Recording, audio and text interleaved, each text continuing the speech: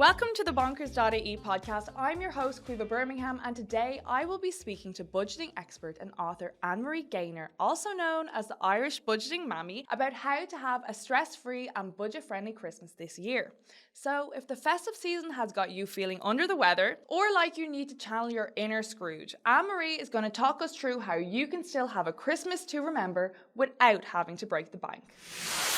So welcome to the show, Ann-Marie. Thanks so much for having me on. I'm delighted to have you here. Now, many people know you as the Irish Budgeting Mammy, where online you share all your tips and secrets on how to keep financially afloat and how to manage your finances. So, how did your budgeting journey begin? Oh, badly. My personal finances were an absolute mess. Originally, I was okay. I left school, went to college, started saving up for a house. I realised quite early on that if I was paying a mortgage, it'd actually be the same price as my rent in Rathmines at the time. Oh, Rathmines? Yeah, it was flat land, but it was literally like I was going, actually, why is people's mortgages less than what I'm paying in rent? So I used to save half my wage. So I got paid bi-monthly. So I used to save one half for my mortgage and then one half for paying my living expenses, and I was very, very good. Got my house, moved back down to the countryside, and that's when it all kind of fell apart. Okay. So really what happened was I got the house very young, 22. I was moved in. That's very impressive. I'm still in the same house. I'm still paying the mortgage. We'll get to that after. But I got letters in the door offering me credit cards. I went in and got credit cards at 20 and I thought, oh my God, I'm an adult. You know, it was that kind of mindset that I'm an adult, I've got a credit card. And for the next 10 years, every time I reached the limit, they put it up. And they were sending me letters. Do you want a car loan? Do you want this loan? Do you want to upgrade? Blah, blah, blah. And I just, at the age of 30, my marriage broke down. I had 3 kids under the age of 7. And I had 15,000 altogether in credit cards and overdraft debts. Wow. And the interest on those, they build up fast. It was massive. I had no job either because it was right in the recession. And the funding was pulled on the project I was working on. So I was applying for jobs. I wasn't hearing anything back. I was also on maternity leave. So I really had to kind of scrape back and move on forward. Okay, so what kind of budgeting tips or habits did you develop to take yourself out of that situation? I'll have to say the big thing was when I went to MABS. That was... We love... Yeah, I love MABS. I love MABS. Yes, I'm a huge spokesperson for them because I actually didn't think they would. I didn't know what they were. It was my mum actually who said to me at the time, she goes, why didn't you go to MABS? I said, oh, I said, they can't help me. That was my first reaction because my house is actually in positive equity because I had paid, despite building up the credit card debts, despite having loads of lovely holidays and everything else, I still was paying extra on my mortgage all the time. So... Okay, so it seemed like you were on top of your finances for your mortgage lender anyway. Yeah, so when it came to that, I didn't have a job and I contacted the mortgage company. They go, well, everybody's in negative equity except you. So your house is worth something to the bank because we can get the full money back and we can give you something, whatever. So it was really, really scary because I thought they were going to take my house. So it was a huge strain. I think I lost stones. Like I lost so much stress. Yeah, and I think that's a huge thing with our finances, the actual stress and depression and everything else, anxiety that comes when we're not in charge of our finances. Mom sorted it all out. They got me to stay in my house. They got like a special payment plan. I did go on the 5-year bad credit list, but at the time that horrified me. And Mabs were going, but you're not getting a loan. And you're not going to be getting a loan in the next 5 years. It's like, okay, yeah, you're right. And the time when I found out I was off it was when the mortgage company said that I want to go back to my normal payments. So it was a huge achievement kind of to get to that point again where I was a normal human in society. Not worrying all the time. I wasn't on the blacklist finances. or this like the bold list, the naughty and bold list for Christmas. And then I started the Instagram page simply because of the stress that I'd been under, and I felt like if I could talk about money, no one was talking. Nobody was saying they were in trouble. Nobody was saying, oh my God, it's a recession. Like I have massive credit card debts I can't pay. Nobody was talking, and I had no one to talk to about it. That's why I started the Instagram page. Because it's very isolating. And, you know, with Instagram and social media, it's a bit of a double-edged sword sometimes because you see everyone's highlight reel and everyone seems to be able to put forward everything and you want to kind of keep up with that. And that can develop really unhealthy spending habits. And talking about unhealthy spending habits, a lot of us have bad habits when it comes to Christmas and our spending on Christmas. So do you bring your financial knowledge, do you approach that with Christmas? Do you bring it with you? Absolutely. I always say Christmas starts in January. Okay, that early. Yeah, so you need to be thinking from January, and you need to be putting a little bit aside. And I know we're coming to the end now, and it's probably like too late for a lot of people, but there is still a little bit of time to kind of dedicate a piece of your wages, you know, to Christmas. Avoid the credit cards, avoid the loans if you can, and simplify Christmas. Do you know, and I have kids aged from 18 down to 3 years of age. And the older ones, I literally give them a budget. Okay. I say, this is how much I'm spending on you for Christmas. Go and do your list and bring it back to me. Tell me what you want. Yeah. Of course, I'm getting iPhones and all sorts of items. I'm going, that's not in the budget. It's like, that's definitely not in the budget. But like, it's literally, I give them that responsibility because they are going to be young adults. Well, one of them's an adult, but you know, we won't talk about it. No, he hasn't got there yet. He's still at home. But you know, it's to give them the responsibility of managing their money as well. Yeah, and also managing their expectations of what's doable. Yeah, no, I've heard, like, as I say, I'm at the end of with the oldest one, and I've heard, he got a brand new racer bike that was whatever, €700 and an iPhone. And I said, well, I don't know how they could afford that unless it's bank loans. And I said, do you want Mammy to pay a bank loan for the rest of the year? So it's, you know, talk to the kids about the money as well.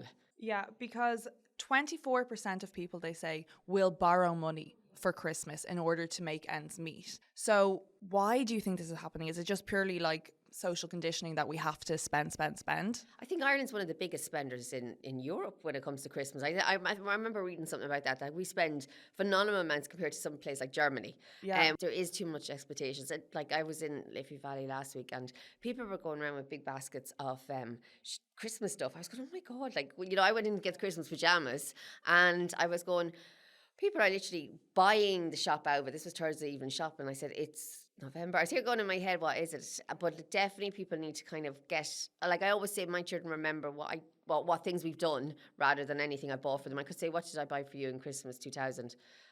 Or, you know, I don't know, 2010. Oh, I don't know. You know, they never remember, but they do remember the places we've been.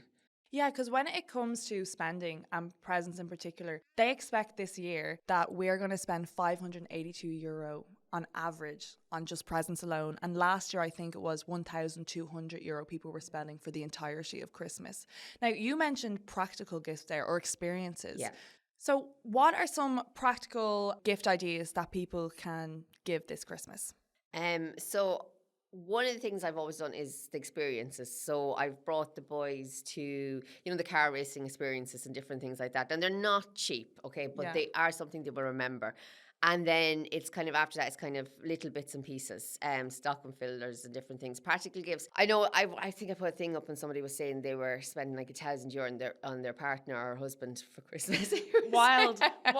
We were talking about this before the podcast started, me and Zoe, the editor, and we were talking about how crazy some people are. It's crazy money. I couldn't afford that. Yes. I couldn't spend it on myself. And like, then I'm often thinking, like, if you live in the same house and you're splitting bills, like you're just taking from the other person to give them back to them. So it's lend me that for that new those shoes I'll buy you. Yeah. But I think it's just about being practical. Like I'm asking for earpods because some of the kids stole mine. I can't find them anywhere in the house. You know, so it's kind of things that you need and don't. You know, it doesn't have to be like really big things, but a lot of things you can do quite cheaply at home. Somebody asked me about free activities around the country, but like, I think at Christmas is the one time you can get away with having movie nights and board games and activities at home rather than going out and paying for stuff. Yeah, because it really does add up. In my house, what we do now is I've actually started asking, just ask me what I want. Yes. Because I'll just get loads of little knickknacks that I don't need. Yeah. And like, according to iWaste, 50% of the gifts we get every year Christmas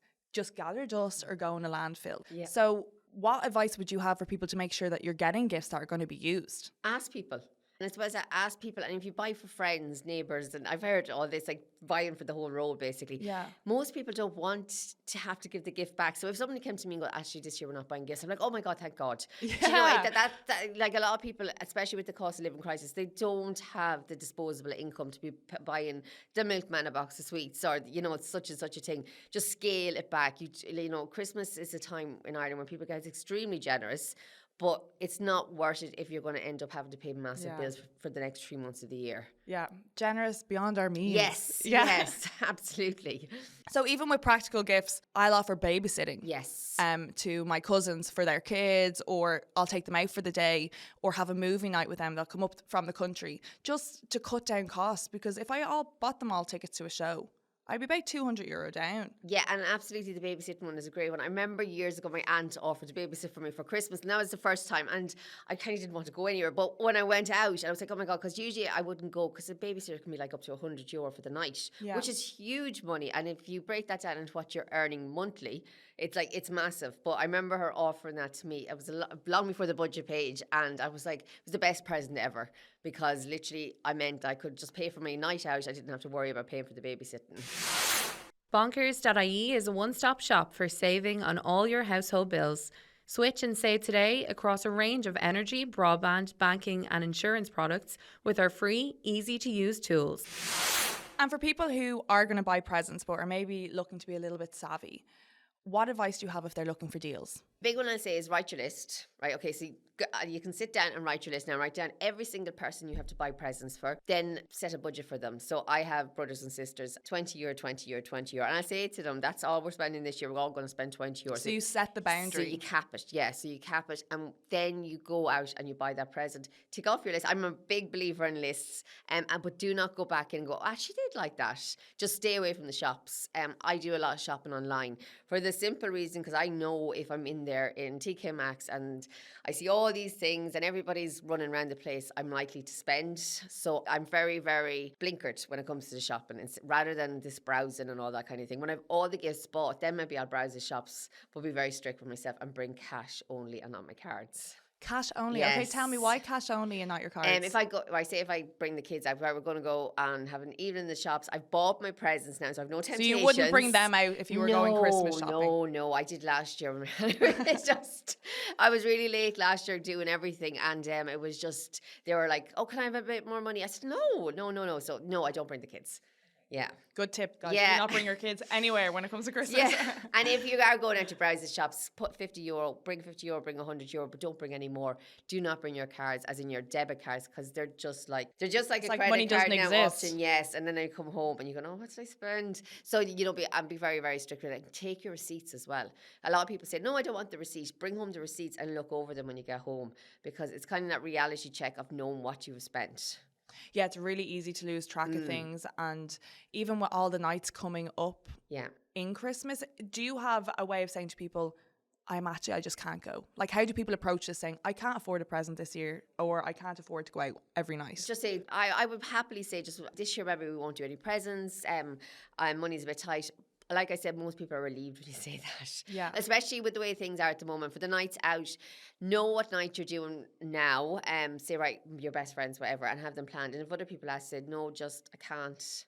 I have so many other nights out. Just, I think no is the most underused word, and it's the most uncomfortable word. I don't know if it's an Irish thing that we can't horrible. Say no. And I've got much better with saying no since the Instagram page. I say that's the one thing it taught me, was actually say no to things. Yeah, especially when it has to do with your finances. Yes, because there's such a guilt to, spend on people, and if I'm not getting a present for you, I'm Scrooge. Like, I'm mean, I'm scabby, basically. Yeah, but you can just get something small. Like, people think we have to buy like extravagant bottles of wine and boxes of sweets and all this kind of thing. Just something small sometimes actually means as much. Yeah, just a thought that counts. And in work, we're doing this, and I do it as well a lot of the time, but it's a good way as well to cut down costs, a Secret Santa. Yes. Now, I know a lot of people use that, but for me, you have to cap that as well. So you have to say, right, this is what the cap of the Secret Santa is, because you don't want to, like, somebody buy you something massive. And you're sitting there, you've got to spend €10 and you see them open their little present. So it's really good. It's very, very important to remember to cap the price on that as well. Say, right, we're all going to spend up to €20, €30, or €50 or whatever. I've actually been burned before. I once gave someone a Calvin Klein perfume and I got a bar of soap. Yeah. So, like, it was, like, literally our story. I was like, thank you so much. Like, I was in a terrible mood for the whole day. say? I actually have never. I have seen very little success with Secret Santa. I've even seen it work. I remember somebody very straight-laced got a very raunchy present, and they were just mortified. So it's definitely one of those things that you kind of. For me, amongst family, I prefer to say, right, we're going to spend €10. What's the best thing we can get for everybody for €10, rather than the Secret Santa? Yeah. So. And how do you work out how much money you plan on spending a year? So if I was sitting down now and I was listening to this and I was like, right, I want to start a budget for Christmas, how do I work that out? Do you take it like half my wage or a quarter of my wage for the month? What would your advice be? For some reason, I just kind of go, right, 300 or 400 for each child. And that sounds a lot, but I don't really do much for birthdays and stuff like that. So for us, Christmas is a big enough thing. I do know they seem to think that they get a lot less than everybody in school who comes in with, brand new iPhones and different things. But that's the way it is. And I always say to my 4 of you, rather than 1 or 2 children, like I really have to kind of be tight with the budget. But another thing is the food budget. People forget about the food. I always say to people, the shops open the day after St. Stephen's Day, so you do not need to like pack the house absolutely, shelves to the brim, pouring out of food, because if the shops reopen, just remember your turkey, your ham, and then after that, it's just a normal shop. You don't really need an awful lot more.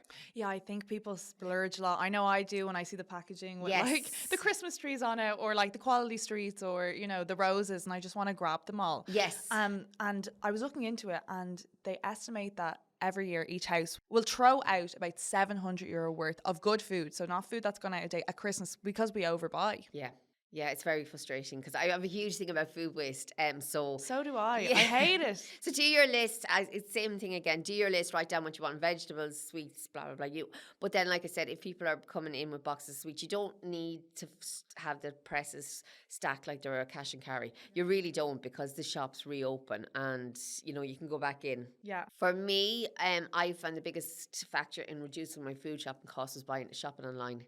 Shopping online again? Yes. Now, I'd only started it for a temporary measure last January, and it continued for the whole year, because I went to the shop one of the days and I was at the counter and it was like €200. I was like, oh my God, what have I got for €200? But when you're at that point and you're standing at the counter and everything's going through, it's too late. Yeah. Whereas if you do it online, you can actually review your basket and go, actually, why the hell am I buying 3 packs of Club whatever biscuits? And you can take them out. And will you shop around in different shops? Like, will you go to Lidl? Will you go to Aldi? Will you go to Tesco? Or do you just stick with one? I just stick with one. And I've always just stuck with one, because I found if I was going into different shops, I was coming out with a whole load of different stuff. And anyway, realistically, if you're working and you're a parent and you don't have the time, you don't have the time to go around to 4 supermarkets. Along with food, another big cost with Christmas is electricity and gas prices. So as we know, the energy price crisis is still ongoing. About 1 in 8 people in Ireland are in energy arrears, so they can't afford to pay their bills. Yeah. And although we are getting the electricity credit, the €450 one spread out throughout the year, what are your best energy saving tips that you use during Christmas? The biggest thing is always make sure that you go on Bonkers and look at your go on Bonkers. Look and make sure that you're getting the best deal you possibly can. Last year I changed providers inside my contract, and most people panic about changing providers inside the contract, but the bills were absolutely massive. You've had a bit of trouble. I've been following your story with your electricity bills. So when I changed, it's €50 to cancel your contract. And people are like, oh my God, you have to pay. But I was literally halfway through, and I went, if I stay on this for the rest of the year and the bills I'm paying, I'm not going, it's ridiculous. So I was quite happy to pay the €50 because I saved it in the long run. So make sure that you're absolutely on the best contract. Make sure that I've done that twice in my life and changed mid-contract. Make sure you know when your contract starts and ends. That's a massive one, because a lot of people don't realise as soon as the contract ends, they're going back to full rate. Yeah. And they're paying for a couple of months. Go, why is my bill so high? It's because you didn't know that your contract had ended. When it comes to Christmas and saving costs, that's one place I kind of leave. I'm not shouting at them, turn off that, turn off this, turn off the lights, and I kind of let it flow, because it is the Christmas period and I expect that my bill is going to be higher, but I've kind of put money aside for that, because I know my next ESB bill is in January. So I know now I'll start paying a little bit off my bill constantly from now. So every single week when I get paid, I put maybe €10, €20. So when the bill comes around in January, it's not massive. Make sure that The usual things: turn off the plugs, turn off the lights, make sure doors are shut, isolate heating rooms as well, especially if you've electric heaters. There's no point having every single room Yeah, there's no heated point that having you're the not whole using. house. Yes. Now my house is completely used because I've two giant boys now as well. So Yeah. you know, it's kind of being savvy, and slow cooker as well, I find very good for stews, all that kind of thing, rather than your oven. Yeah, I'm a big fan of the air fryer. Yeah, no, I don't have one because I'm like, oh my God, is that going to be another thing I put in the press and never use? Oh, I'm obsessed. But yeah, it's just kind of little things like that. Yeah. And what are your top tips for Christmas to round it up for people who want to not spend so much this year? So definitely start in January, and definitely the double children's allowance. If you can afford to do it, keep that kind of one side for either your energy bills, your food shopping, your Christmas presents, anything like that. Do your list, name everybody you're going to buy for, write down what you're going to buy before you buy it, and mark it off, and that's it. Once you have somebody done, just wrap it up and put it in the corner. It's done. And what about people who are using, the gift vouchers you kind of get from shopping centres, and they say, okay, if you spend €50 here, we'll give you €5 back. Are they good value? Only if you're going to spend that 50 in the first place. If you're coming up with €30, and then I know for myself, I get them for different supermarkets, and I'm like, I go in and go, oh damn, I'm €4 off. But like, you'll have to make sure it's worth your while getting them as well. But gift cards are also very good for teenagers. I'll say that. The Ampus gift cards. Okay. They're brilliant because they can go and buy their own thing. Well, what's great as well with gift cards is now that they have the 5-year warranty. Yes. So you're not gonna lose money on them. Because No. I have lost money on gift cards back in the day if I don't spend them straight away. Yeah. So that would be like a number one gift you would go for younger adults, is Yes, yeah, because they can do their own spending then. They can be used online and different things. So yeah. Cut the cost of your electricity bills on bonkers.ie. Compare and switch electricity deals from Ireland's main energy suppliers in seconds with the help of our free electricity comparison tool. Welcome back to the last segment of the bonkers.ie podcast. Now, Anne-Marie, this is my favourite part of the podcast because I'm going to get to ask you some questions about your financing advice. Okay, so having a budget at Christmas means you're a Scrooge. What do you think? Absolutely not. No, there's no such thing as that. It's a Scrooge if you have to spend the rest of the year paying for it. Yes, oh my God, yeah, that's so good. And what are your top 3 budgeting tips for Christmas? Start early, know who you're buying for, and know how much you're going to spend on everybody. And what was the best Christmas present you ever received? Oh God, see, this is the thing. Let me see. Electric blanket years ago when I was in boarding school. Yeah. They're brilliant. I have mine already plugged in. I love them so much. That's a brilliant one. Yeah. See, practical. Yes, It's yeah, practical. So what is your favourite free activity to do during Christmas?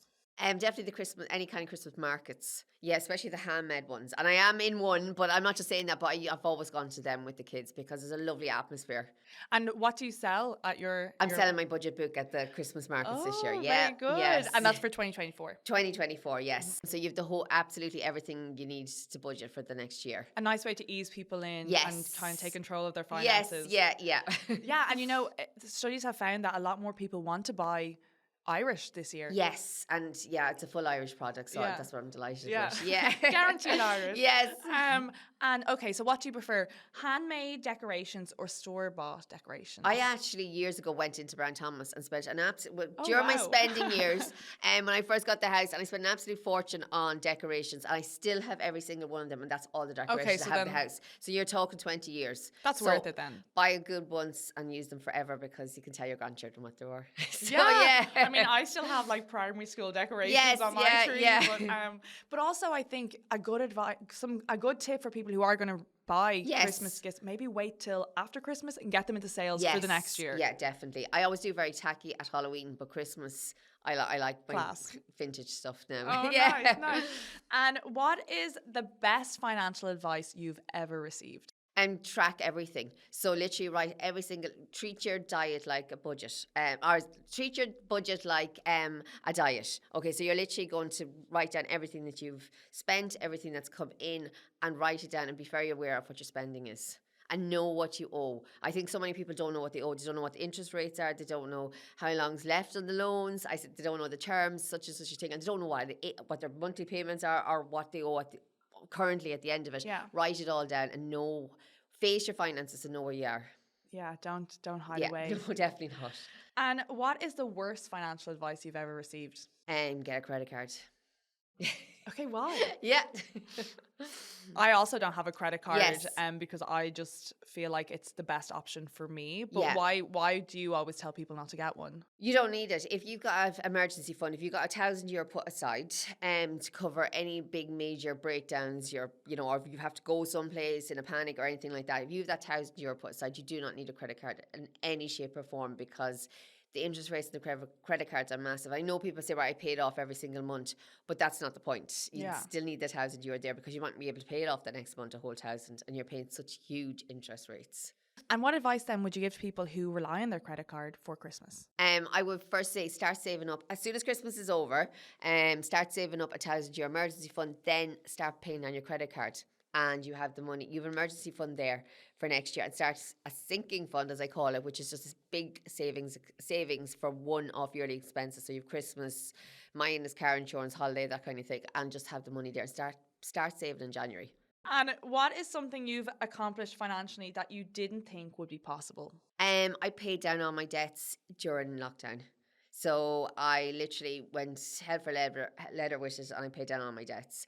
I actually never thought I would have. I worked in childcare before. I went back to become a nurse at 30. So I worked in childcare before. So I never actually thought I'd be earning the money I am now. Which people say nursing isn't great, but like compared to working in childcare, it is. So yeah. You get a lot more money now. Yeah. And what does financial wellness mean to you? Peace, so that you're not stressed and you're not going, oh my God, how do I pay my mortgage? How do I pay my phone bill? How do I pay all the different things? It's absolute peace that you know that your bills are going to be paid and that you have some money extra at the end of it. And do you switch your providers, maybe with energy or broadband, annually? Yes. I'm always on top of it. As soon as my contract's over, the boat will end in August, and I'm on Bonkers, I'm on everything, and I'm ringing up for the best deals. So, Ann-Marie, you have a really big following online as the Irish Budgeting Mammy. What do you think has made your page a little bit different? I think the transparency, as in I share all my figures. When I started budgeting properly, I wish I had the budget community way back when I was actually in financial trouble. But when I started discovering Instagram and finding the budget communities, I couldn't find anyone in Ireland that was sharing their figures completely. And what I always say is I show a real family's budget. So it's my financial journey as a family. So I needed house insurance sorted when I needed to rely on my car insurance, different things like that. I showed the figures, I showed the process, and I show what's coming in and what's going out, and how much my food shop and all that kind of thing, just so that other people kind of have a baseline of what different families are spending in the country, because we often will see families, and this was a big thing for me, was I go, oh my God, they've got a brand new car, oh my God, what am I doing wrong if they can have all this kind of thing? But I always say, don't try to keep up with the Joneses, they're broke. We don't actually know where or how people are affording different things. So it's a way of showing kind of actually, she had to claim her house insurance, and this is how much, this is the process that she did with it. It makes the financial family situation less scary. And for people who are maybe really struggling with their bills right now and, kind of facing that is very daunting experience, what would your advice be to just even take a small step? It's, Rome wasn't built in a day. So what's your advice for them? And yeah, there is definitely Rome, because people always go to me, what's your number one top pay? Well, I'm not going to say, you're going to save a fortune by, putting a thermostat on your kitchen heater. Do you know what I mean? Yeah. Like, it's a really long process, and it takes a lot of practice. And budgeting is like anything else. You need to practice, and you need to let time happen, and things will start to turn around. Yeah. Because you have to change your mindset as well. I changed my mindset from a spender to a saver. I'm still not the best saver, but it's a constant work. I have to always remind myself, no, if you break it down, if I spend on that, how many hours work I'm going to have to do to rebuild it. And does it just happen naturally for you now in your mind? No. As I said, I'm still, you have to work on it. Always have to, I'm a spender at heart. I would love nothing more than have a credit card and go wild. And like that, but I have to start looking at foresight and saying, right, okay, actually, do you know what? How long will it take me to pay that off? So it's a constant battle, and there's a lot of us like that. There are people that are fantastic at saving money all the time, but there's a lot of us that do like to spend, and we always have to remind ourselves. And do you set yourself up with goals that you have to work towards? Yeah, absolutely. And then you break them down to mini goals. So it's like, okay, my car loan, I want to get down to a set figure by Christmas. You know, I break it down into different things like that. And remember, also remember people that you can pay more onto your loans, because people always think, oh no, it's fixed, it's blah, blah, blah. But you can pay more onto your loans, and it does make it easier with interest rates. And that brings us to the end of our podcast Christmas special. I want to give a special thanks to our guest speaker, budget expert and author, Ann-Marie Gaynor. So thank you so much for coming in today. Thank you so much for having me. It's been brilliant. And Ann-Marie is also known as the Irish Budgeting Mammy, so you can find her on Instagram or other social media platforms. And you'll be able to find all her budget-friendly Christmas advice and saving tips there as well. Lastly, I want to give a shout out to our research and editing team. So thank you, Theo and Zoe.